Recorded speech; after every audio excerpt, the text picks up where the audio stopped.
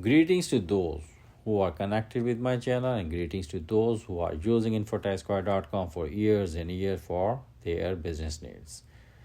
My today's topic is about a private foundation may lose its tax exempt status due to substantial legislative activities.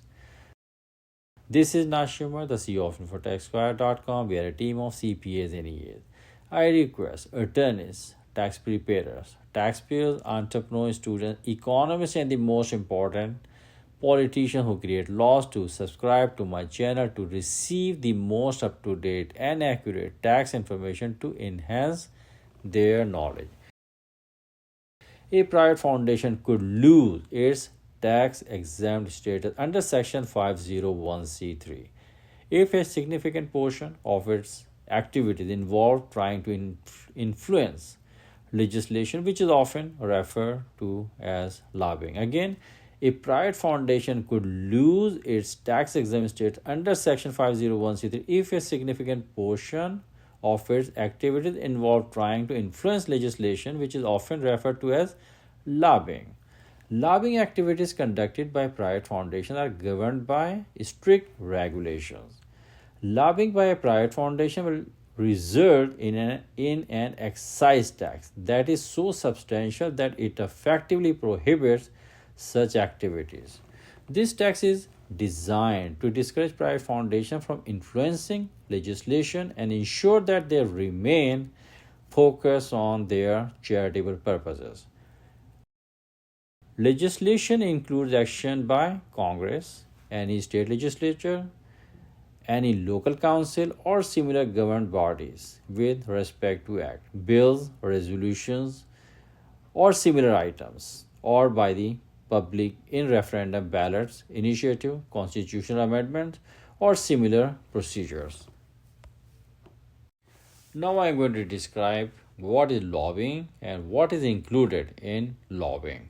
I am going to cover direct lobbying, grassroots lobbying, and what are the legal implications for lobbying, and what are the strategies to stay compliant with lobbying, and what are the penalties may Internal Revenue Service can impose if significant lobbyings are used.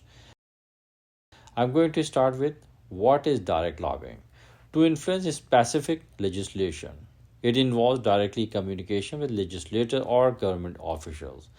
Drafting a letter to a senator inquiring about their vote for against a specific bill is one of the examples of direct lobbying. What is grassroots lobbying? Encourage citizens to take action that can have an impact on legislation.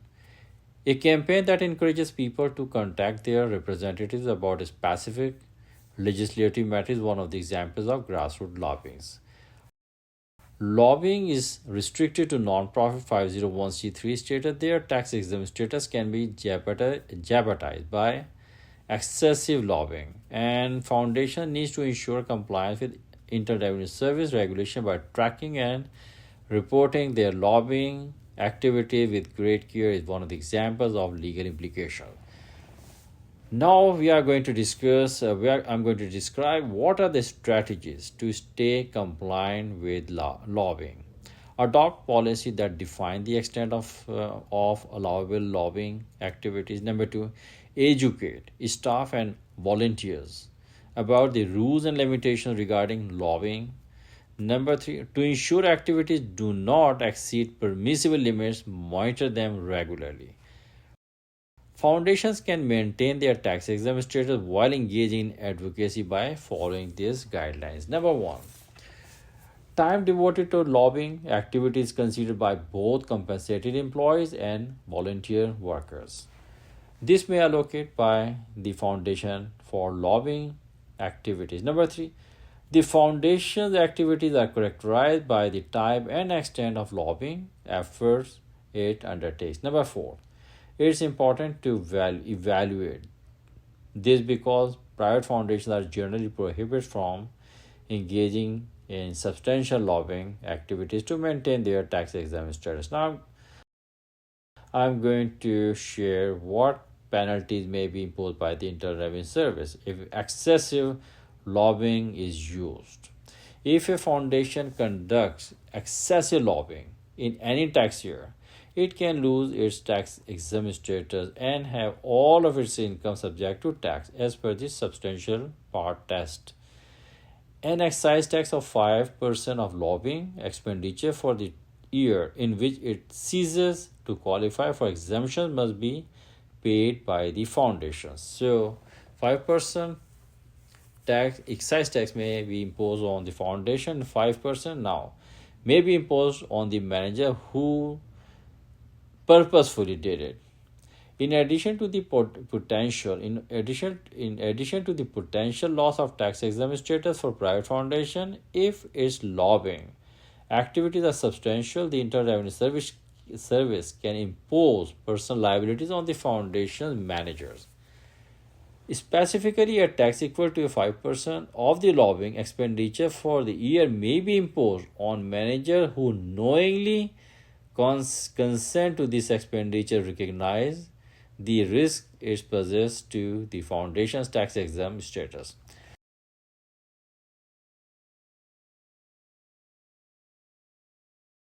Thank you and God bless you.